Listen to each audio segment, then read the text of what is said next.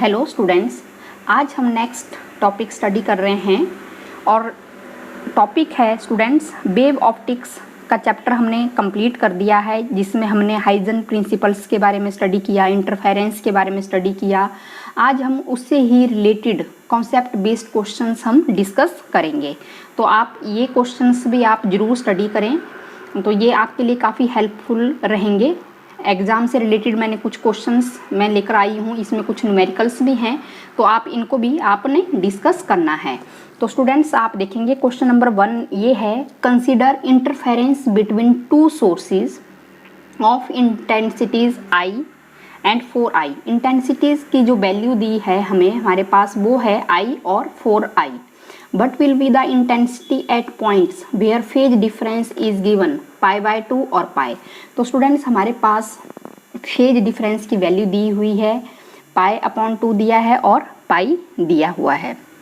तो आप देख रहे हैं यहाँ पर हमारे पास हमने क्या निकालना है, यहाँ पर हमने इंटेंसिटी की वैल्यू निकालनी है, लेकिन किस पॉइंट्स पर निकालनी है, जहाँ पर फेज डिफरेंस pi/2 है और पाई है। तो हम बता सकते हैं कि जो हमारे पास जो वैल्यू रहेगी इंटेंसिटी की वो हमने की हुई है। जो रिजल्टेंट जो इंटेंसिटी हमने निकाली हुई थी a² plus b² plus 2ab cos of phi. तो ये हमने रिजल्टेंट इंटेंसिटी की वैल्यू हमने निकाली हुई है। तो यहाँ पर आपको पता है कि ये a² है और ये b² है। ये क्या है, ये एम्पलीट्यूड है वेव का, क्योंकि टू कोहेरेंट वेव्स होंगी, एक का एम्पलीट्यूड a है और दूसरे का एम्पलीट्यूड b है, और फेज डिफरेंस क्या है, फाई है। तो ये हमें पता है कि जो टू कोहेरेंट जो सोर्सेज हैं उनकी जो वेव्स हैं उनका जो एम्पलीट्यूड है, एक वेव का एम्पलीट्यूड a होगा और एक का b होगा। तो हमें जो गिवन कंडीशन हमें पता है, इंटेंसिटी की वैल्यू होती है directly proportional to square of amplitude. तो स्टूडेंट्स ये हमें पता है कि intensity is directly proportional to square of amplitude. तो consider interference between two sources of intensities I and 4i। तो यहाँ पर मैं लिख सकती हूँ, यहाँ पर हेयर गिवन है हमारे पास कि a² की वैल्यू कितनी है, i दी हुई है और b² की वैल्यू 4i दी हुई है, ये हमारे पास दी हुई है। तो हम देयरफॉर इंटेंसिटी की वैल्यू मैं लिख सकती हूँ i plus 4i plus 2ab cos of phi.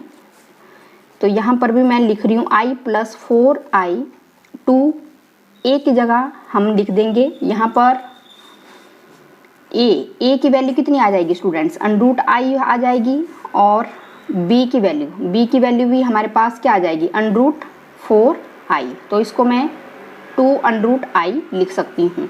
तो 2a की जगह मैं √i लिख दूंगी, b की जगह मैं अगेन 2√i लिख दूंगी और cos ऑफ फाई।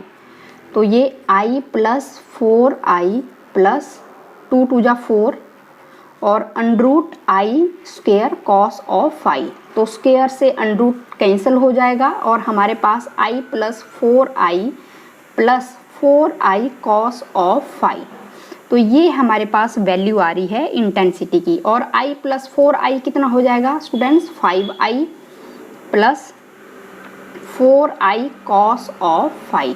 तो यहाँ पर हमें ये क्लियर हो गया है कि ये हमारे पास वैल्यू आ जाएगी। तो यहाँ पर सबसे पहले कंडीशन ये दिया हुआ है कि फेज डिफरेंस की वैल्यू पहले कितनी होगी, pi/2 दिया है। तो जब pi/2 वैल्यू दी होगी तो इंटेंसिटी की वैल्यू क्या होगी स्टूडेंट्स, मैं यहीं पर कर रही हूँ 5i plus 4i cos of 90। Phi की जगह हम pi/2 लिखेंगे, तो cos 90 कितना होता है, 0 होता है। तो यहाँ पर 5i प्लस 4i इंटू 0, तो जो इंटेंसिटी की वैल्यू आएगी वो आ जाएगी हमारे पास 5i। और वैसे ही सेकंड भी हम कर सकते हैं कि उस केस में जो फाई की वैल्यू होगी वो कितनी होगी, पाई दी होगी। तो cos पाई कितना होता है स्टूडेंट्स, cos पाई की वैल्यू होती है -1। तो यहाँ पर मैं वैल्यू पुट कर दूंगी i = 5pi - 4pi, क्योंकि cos फाई कितना होता है, -1 होता है। तो यहाँ पर इंटेंसिटी की वैल्यू कितनी आ जाएगी, आई। नेक्स्ट न्यूमेरिकल है students, in Young double slit experiment the separation of the slit is double and distance between the slit and screen is half, how will we it affect the fringe width. अब students हमने Young double slit experiment किया था कि इस point पर source होता था और आगे यहाँ पर इक्वल डिस्टेंस पर हम क्या यूज करते थे, हम स्लिट्स यूज करते थे। यहाँ S1 होता था और यहाँ S2, तो ये स्लिट्स हम यूज करते थे और स्लिट से जो डिस्टेंस रहता था स्क्रीन का वो कैपिटल D लेते थे और इन दोनों स्लिट्स के बीच का जो डिस्टेंस रहता था वो स्मॉल d और ये पॉइंट सोर्स का रहता था। तो आपको मालूम है कि स्लिट के बीच का जो डिस्टेंस रहता था वो स्मॉल d रहता था। तो मैं लिख सकती हूँ कि जो फ्रिंज विड्थ की जो वैल्यू उसको हम बीटा से रिप्रेजेंट करते हैं, लैम्डा d/d। तो यहाँ पर क्वेश्चन हम पूछा गया है कि in Young double slit experiment the separation of the slit is double, the separation of the slit is double. क्योंकि ये जो स्मॉल d है तो यहाँ पर मैं पुट कर सकती हूँ व्हेन d' स्लिट का जो सेपरेशन है उसको हम डबल कर रहे हैं 2d, ठीक है। d से हम क्या कर रहे हैं, 2d कर रहे हैं, डबल बोला है। And distance between the slit and screen is half, और जो डिस्टेंस रहेगा जो स्क्रीन और स्लिट के बीच में उसको मैं d' ले रही हूँ, उसको हाफ कर रहे हैं d/2। तो उसके बाद हमने निकालना है कि क्या इफेक्ट पड़ेगा फ्रिंज विड्थ के ऊपर। तो फ्रिंज विड्थ को बीटा डैश से मैं रिप्रेजेंट करूँगी, लैम्डा यहाँ पर लैम्डा लिख देंगे d'/d'। तो लैम्डा d' की जगह हम लिख देंगे d/2 और d' की जगह में 2d मैं यहाँ पर पुट कर रही हूँ। तो ये beta dash is equal to हमारे पास आ जाएगा यहाँ पर लैम्डा d/d एंड 2 2 जा 4। तो ये हमारे पास जो फ्रिंज विड्थ होता है 1/4 और ये लैम्डा d/d ये क्या है, बीटा है। तो ये जो वैल्यू आएगी हमारे पास ये आएगी 1/4 बीटा। जो फ्रिंज विड्थ होगा it will becomes 1/4 time of its original value, 1/4 time of its original. पास कि what is the effect on the interference fringes in Young double slit experiment due to distance between slits is reduced and monochromatic source is replaced by source of white light and third point है immersion of apparatus in water।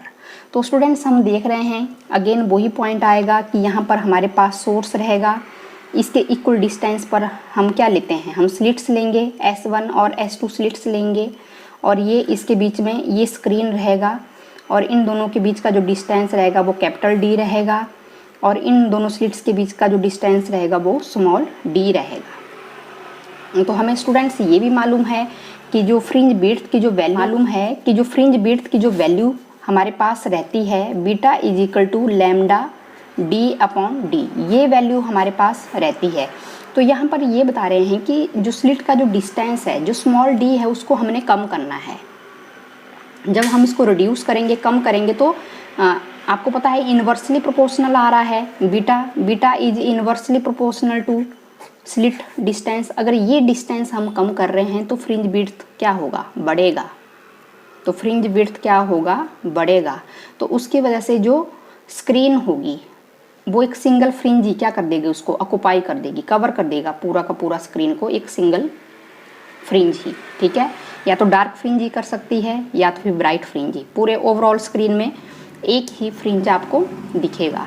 मतलब ये inversely proportional है। अगर slit के बीच का distance अगर हम क्या करते हैं, कम करते हैं तो फ्रिंज विड्थ क्या हो जाएगा, बढ़ जाएगा।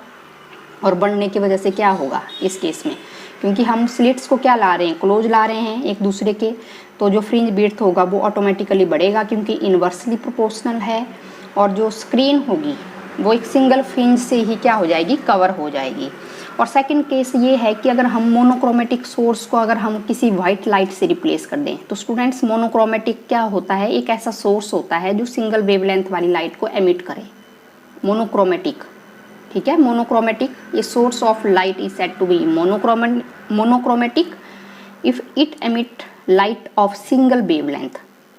सिंगल वेवलेंथ अगर उसको हम किससे रिप्लेस कर रहे हैं, अगर हम वाइट लाइट से हम रिप्लेस कर रहे हैं तो उसमें जो बनने वाली जो फ्रिंजेस होंगी वो कलर्ड होंगी, लेकिन कैसी, डल होंगी, फेंट होगी, और उनकी जो विड्थ होगी वो वेरी करती रहेगी, कम और ज़्यादा वो होती रहेगी। अगर हम मोनोक्रोमेटिक सोर्स की जगह हम वाइट लाइट सिंपल यूज़ करते हैं तो जो फ्रिंज विड्थ होगी वो कैसी होंगी, कलर्ड होंगी, डल होंगी, और साथ में जो विड्थ होगी वो कम और ज़्यादा वेरी करती रहेगी, ठीक है, कम और ज़्यादा होती रहेगी वो।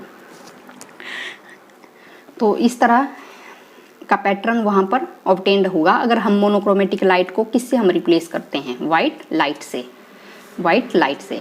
और नेक्स्ट आपको पॉइंट है कि immersion of the apparatus in water. अगर हम वाटर में हम क्या कर रहे हैं, उसको इमर्ज कर रहे हैं एपरेटस को ही, तो उस केस में आपको पता है कि एयर टू वाटर मीडियम क्या हो रहा है, एक तरह से चेंज हो रहा है। तो जो वेवलेंथ होगी लाइट की वो क्या हो रहा है, चेंज हो रहा है। तो वेवलेंथ की जो वैल्यू होगी lambda dash is equal to lambda upon N.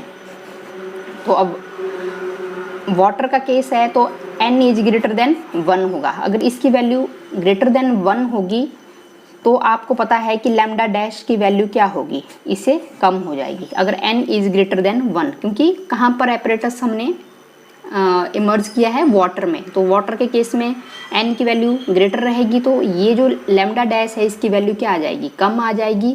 और जो फ्रिंज विड्थ होगी, फ्रिंज विड्थ में आपको रिलेशन पता है कि beta is equal to lambda d upon d, क्योंकि डायरेक्टली प्रोपोर्शनल है, beta is directly proportional to wavelength.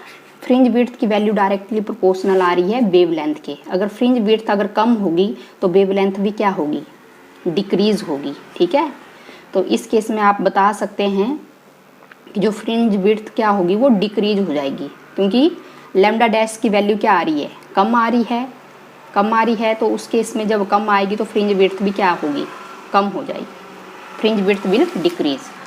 अब नेक्स्ट क्वेश्चन ये है स्टूडेंट्स कि what do you mean by interference of light, state the condition for obtaining the sustained interference.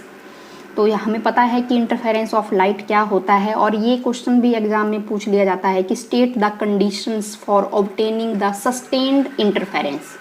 तो students interference pattern is said to be sustained if the position of constructive interference and destructive interference remain fixed on the screen। अब students हमने Young double slit experiment हमने study किया है अच्छे से। अगर आपने उस टॉपिक को आपने स्टडी किया है तो आपको पता है कि सोर्स लेते हैं, फिर स्लिट्स लेते हैं, स्लिट्स के आगे आप स्क्रीन लेते हैं, और आपने कैसे कैसे आपने उसमें क्या किया था, कंस्ट्रक्टिव इंटरफेरेंस शो किया था और डिस्ट्रक्टिव इंटरफेरेंस शो किया था। तो अगर आपने उस टॉपिक को अगर आपने अच्छे से आपने प्रैक्टिस किया है तो आपको मालूम है। तो उस केस में क्या होता है, जब हम इस तरह का जो इंटरफेरेंस पैटर्न उसको हम सस्टेन इसलिए बोल रहे हैं कि जो पोजीशन रहेगी डार्क और ब्राइट फ्रिंज की वो फिक्स रहेगी। वो ऐसा नहीं है कि वो वेरी कर रही है, कि उसकी विड्थ वेरी कर रही है, कुछ ऐसा हो रहा है कि कम ज़्यादा हो रहा है, या तो अगर आप स्लिट के बीच का जो डिस्टेंस है उसको आप रिड्यूस कर रहे हैं तो उसकी वजह से जो आप बता सकते हैं कि फ्रिंज विड्थ क्या हो जाएगा, बढ़ जाएगा। लेकिन बढ़ जाएगा अगर आप कुछ कर रहे हो, अगर आपने बिल्कुल आपने एक्यूरेट आपने डिस्टेंस लिया है स्लिट्स के बीच में, स्क्रीन और डिस्टेंस का डिस्टेंस क्या है, एक्यूरेट है, तो आप देखेंगे कि जो इंटरफेरेंस जो पैटर्न जो ऑब्टेन्ड होगा स्क्रीन पर वो बिल्कुल एक्यूरेट होगा। तो उसी तरह के इंटरफेरेंस पैटर्न को ही हम सस्टेन्ड कहते हैं, कि उस केस में क्या होगा, जो पोजीशन होगी ब्राइट फ्रिंज और डार्क फ्रिंज की वो फिक्स रहेगी स्क्रीन के ऊपर। ऐसा नहीं है कि वो वेरी हो रही है। आप क्या कर सकते हो, ईजिली वे में आप उस इंटरफेरेंस पैटर्न को आप देख सकते हो। ऐसा नहीं है कि वो डिस्टर्ब हो रहा है। तो उसी कंडीशंस को ये क्या बोल रहे हैं कि what are the conditions for obtaining the sustained interference, कि उस केस में क्या हो रहा है कि जो इंटरफेरेंस पैटर्न जो ऑब्टेन्ड हो रहा है स्क्रीन पर, वो जो पोजीशन है ब्राइट और डार्क फ्रिंजेस की वो कैसी रह रही है, वो फिक्स रह रही है स्क्रीन पर। तो इस तरह का पैटर्न्स हमें कब मिलेगा, तो इसके लिए कुछ कंडीशंस हमें याद रखनी पड़ेगी कि इस तरह का पैटर्न हमें कब ऑब्टेन्ड होगा। तो सबसे पहले तो आपने बता देना है कि जो टू सोर्सेज जो हम यूज़ कर रहे हैं S1 और S2, वो कैसे होने चाहिए, वो कोहेरेंट होने चाहिए, कोहेरेंट, क्योंकि they emit light of same wavelength और same frequency and having constant initial phase difference. ठीक है, तो ऐसे सोर्सेज हमने लेने हैं कि वो कैसे होंगे, कोहेरेंट होंगे। और कोहेरेंट सोर्सेज क्या होते हैं, ऐसे सोर्सेज कोहेरेंट सोर्सेज होते हैं, two sources of light are said to be coherent if they emit light of same wavelength, same wavelength वाली लाइट वो क्या कर रहे हैं, एमिट कर रहे हैं, और जो कांस्टेंट फेज डिफरेंस होना चाहिए। तभी हमारे पास ये जो कंडीशन है beta is equal to lambda d upon d, ये तभी आपके पास पॉसिबल हो पाएगा। अगर डी स्लिट के बीच का जो डिस्टेंस है वो ठीक है, स्क्रीन और स्लिट के बीच का डिस्टेंस बिल्कुल एक्यूरेट है, और जो सोर्सेज हमने S1 और S2 लिया है जिसको हम स्लिट्स बोल रहे हैं वो कैसे होने चाहिए, वो कोहेरेंट सोर्सेज होने चाहिए। और साथ में जो लाइट वहाँ से एमिट होगी दोनों सोर्सेज से वो कंटिन्यूसली एमिट होती जाएगी। ऐसा नहीं है कि एक सोर्स लाइट एमिट कर रहा है दूसरा नहीं कर रहा है, कंटिन्यूसली जो लाइट है होगी वो क्या होती रहेगी, एमिट होती जाएगी। ठीक है, और जो दोनों सोर्सेज के बीच का जो डिस्टेंस है वो एक्यूरेट होना चाहिए। ठीक है, दोनों क्लोज होने चाहिए, ऐसा भी नहीं बहुत ज़्यादा क्लोज भी नहीं होनी चाहिए और बहुत ज़्यादा दूर भी नहीं होने चाहिए, ताकि जो इंटरफेरेंस पैटर्न जो ऑब्टेन्ड हो रहा है स्क्रीन पर वो एक्यूरेट हमें दिखे। तो स्लिट्स के बीच में जो सोर्सेज के बीच का जो डिस्टेंस है वो भी एक्यूरेट होना चाहिए। ठीक है, क्लोज होने चाहिए एक दूसरे के, लेकिन एक्यूरेट डिस्टेंस पर होने चाहिए। और साथ में हम ये बता देंगे, ठीक है,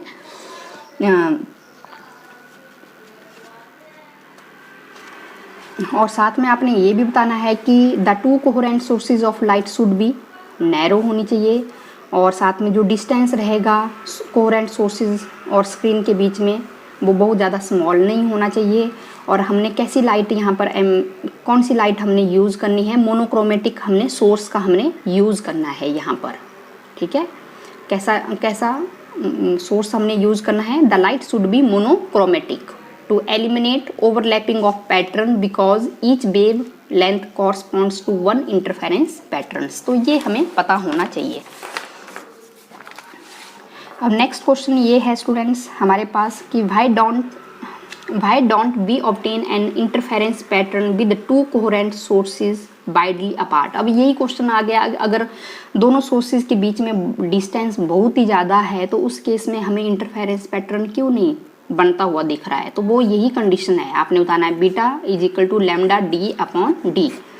तो आप बता सकते हैं कि अगर बहुत ही ज़्यादा क्या रहेगा, बहुत ज़्यादा दूर रहेंगे, जब दूर रहेंगे तो डी अगर ज़्यादा होगा तो beta is inversely proportional to d. तो अगर स्लिट्स के बीच में डिस्टेंस बहुत ज़्यादा होगा तो यहाँ पर ये फ्रिंज विड्थ क्या आ जाएगी, कम आ जाएगी। जो डार्क और ब्राइट जो फ्रिंजेस होंगी वो एक दूसरे के ऊपर क्या आ जाएंगी, ओवरलैप करेंगी, एक दूसरे के बिल्कुल क्लोज आ जाएगी, बिल्कुल क्लोज आ जाएगी, क्योंकि fringe width is inversely proportional to the distance between these two slits. तो ये आपने कर लेना है। नेक्स्ट क्वेश्चन ये है, soap bubble shows beautiful colour इन सनलाइट। तो इसका भी एक ही रीज़न है, ड्यू टू इंटरफेरेंस फिनोमिना, उसकी वजह से ही जो कलर्ड फ्रिंजेस वहाँ पर ऑब्टेन्ड होती हैं, कहाँ पर, सोप बबल में। ठीक है, क्योंकि जो लाइट वेव्स होती हैं वो कहाँ पर फॉल कर रही हैं, सोप बबल के अपर और लोअर सरफेस के ऊपर फॉल कर रही है, और वहाँ से जो लाइट है वो क्या हो रही है, रिफ्लेक्ट हो रही है अपर और लोअर सरफेस से सोप के। तो वहाँ पर कलर्ड फ्रिंजेस वहाँ पर ऑब्जॉर्ब्ड होगी, किसकी वजह से, ड्यू टू इंटरफेरेंस फिनोमिना। अब नेक्स्ट क्वेश्चन है स्टूडेंट्स, यहाँ पर आप देखेंगे कि two slits Young interference experiment have width in the ratio 1:9। Deduce the ratio intensity at the maxima and minima in interference pattern. तो स्टूडेंट्स ये हमारे पास क्वेश्चन यहाँ पर दिया है कि जो विड्थ है, विड्थ हमारे पास टू स्लिट्स इन यंग इंटरफेरेंस एक्सपेरिमेंट है, विड्थ हमारे पास यही है 1/9। ये रेशो हमारे पास दी हुई है विड्थ। तो पीछे हमने स्टूडेंट्स किया था कि मैं ऐसे लिख सकती हूँ, इंटेंसिटी रेशो में बता सकती हूँ, इंटेंसिटी रेशो भी हम ले सकते हैं। तो इंटेंसिटी जो रेशो होती है उसकी जो वैल्यू हमारे पास आती थी वो कितनी आती थी स्टूडेंट्स? पीछे वाले टॉपिक में मैंने आपको बताया था कि intensity is directly proportional to width, intensity of light is directly proportional to width of source. तो मैं इसको ऐसे लिख सकती हूँ W1/W2। और साथ में ये भी हमें पता है कि इंटेंसिटी ऑफ ए वेव, कुछ भी आप ले सकते हैं, is directly proportional to square of amplitude, ऐसे हम लिख सकते हैं। और intensity of second wave is directly proportional to again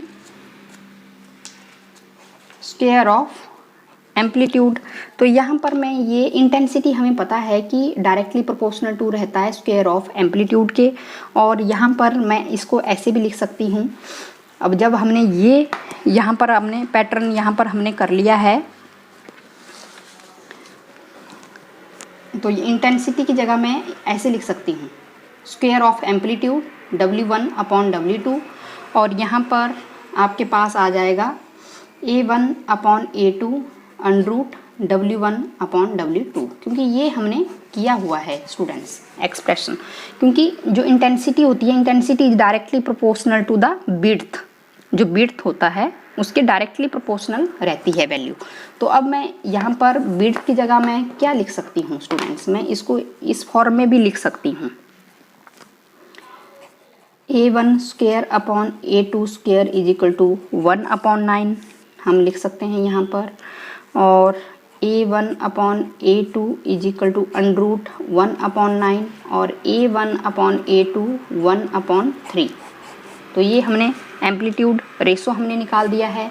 अब हमें पूछा गया है the ratio of intensity at the maxima and minima. तो intensity at maxima and minima A1 + A2 square upon A1 - A2 square. तो यहाँ पर मैं A1/A2 + 1 स्क्वायर और A1/A2 - 1 स्क्वायर लिख सकते हैं आप, क्योंकि ये हमने पीछे एक्सप्रेशन किया है। जब भी हमने इंटेंसिटी कैलकुलेट करनी पड़ती है तो यहाँ पर हम वैल्यू पुट कर सकते हैं। A1/A2 की जगह मैं 1/3 पुट कर दूँगी और नीचे 1/3 - 1 स्क्वायर। तो ये हमारे पास 4/3 स्क्वायर अपॉन -2/3 स्क्वायर। तो ये हमारे पास कितना आ जाएगा 16/9 और 9/4। तो ये 16/4, तो ये 4:1 आ रहा है, 4:1। स्टूडेंट्स बिल्कुल इजी है टॉपिक। आपको पता होना चाहिए कि जो इंटेंसिटी की जो वैल्यू होती है वो डायरेक्टली प्रोपोर्शनल टू क्या होता है, विड्थ के बराबर होती है कि विड्थ, ठीक है। आप पीछे हमने ये टॉपिक हमने किया हुआ है कि जो इंटेंसिटी ऑफ लाइट होती है वो डायरेक्टली प्रोपोर्शनल होती है विड्थ ऑफ रेशो, और हमें ये भी मालूम है कि intensity is directly proportional to square of amplitude. तो मैं इसको इस फॉर्म में लिख सकती हूँ कि इंटेंसिटी को मैं स्क्वायर की फॉर्म में लिख सकती हूँ एम्पलीट्यूड की फॉर्म में, क्योंकि हमारे पास ये दिया हुआ है विड्थ की वैल्यू हमारे पास 1/9 दी हुई है। तो 1/9 जब हम लिखेंगे तो वहाँ से हम एम्पलीट्यूड रेशो हम निकाल सकते हैं। जब एम्पलीट्यूड रेशो हमने निकाल दिया तो हम इंटेंसिटी मैक्सिमम और मिनिमम क्या होगी वो हम इजीली वे में निकाल सकते हैं। अब नेक्स्ट क्वेश्चन अगेन यही है students, 2 slits in Young's interference experiment है विड्थ इन द रेशो 9:4। तो नेक्स्ट क्वेश्चन में भी यही दिया है हमारे पास कि जो विड्थ रेशो है वो 9/4 हमारे पास दिया हुआ है। तो अब हम क्या कर सकते हैं, क्योंकि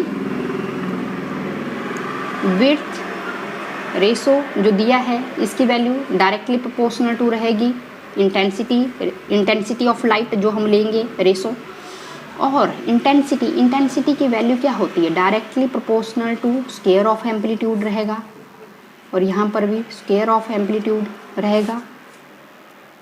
और साथ में आप इसको रेशो की फॉर्म में लिख सकते हैं, I1/I2 की जगह मैं क्या लिख सकती हूँ A1² और यहाँ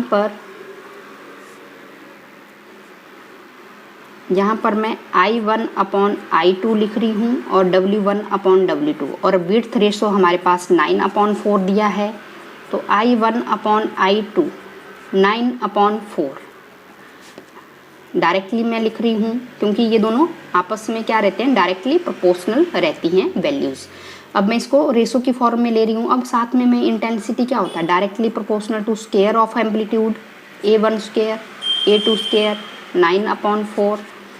तो इसको A1 अपॉन A2 को मैं √9/4, इसको मैं 3/2 लिख रही हूँ। A1 अपॉन A2 3/2 ये लिख दिया मैंने। अब हमने स्टूडेंट्स यहाँ पर क्या निकालना है, इंटेंसिटी रेशो मैक्सिमम और मिनिमम। तो मैक्सिमम के लिए A1 प्लस A2 स्क्वायर और A1 माइनस A2 स्क्वायर, और इसको मैं एज इट इज लिख सकती हूँ A1 upon A2 plus 1 square upon A1 upon A2 minus 1 square. तो यहाँ पर मैं अब वैल्यू पुट कर सकती हूँ कि इंटेंसिटी एट मैक्सिमम और मिनिमम 3/2 प्लस 1 का स्क्वायर अपॉन 3/2 माइनस 1 का स्क्वायर, मैक्सिमम और मिनिमम। तो ये हमारे पास 5/2 स्क्वायर आ जाएगा और अपॉन 1/2 स्क्वायर। तो ये हमारे पास स्टूडेंट्स आ रहा है 25/4 × 4।